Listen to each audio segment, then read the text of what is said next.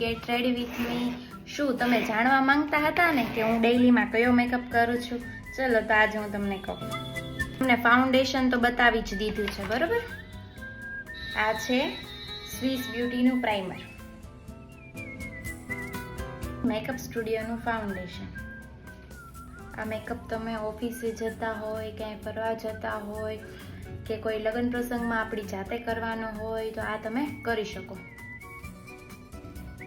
આપણે આને લોક કરવા માટે લૂઝ પાવડર યુઝ કરશું. આપણે રેગ્યુલરમાં ગમે એ પાવડર યુઝ કરી શકીએ છીએ.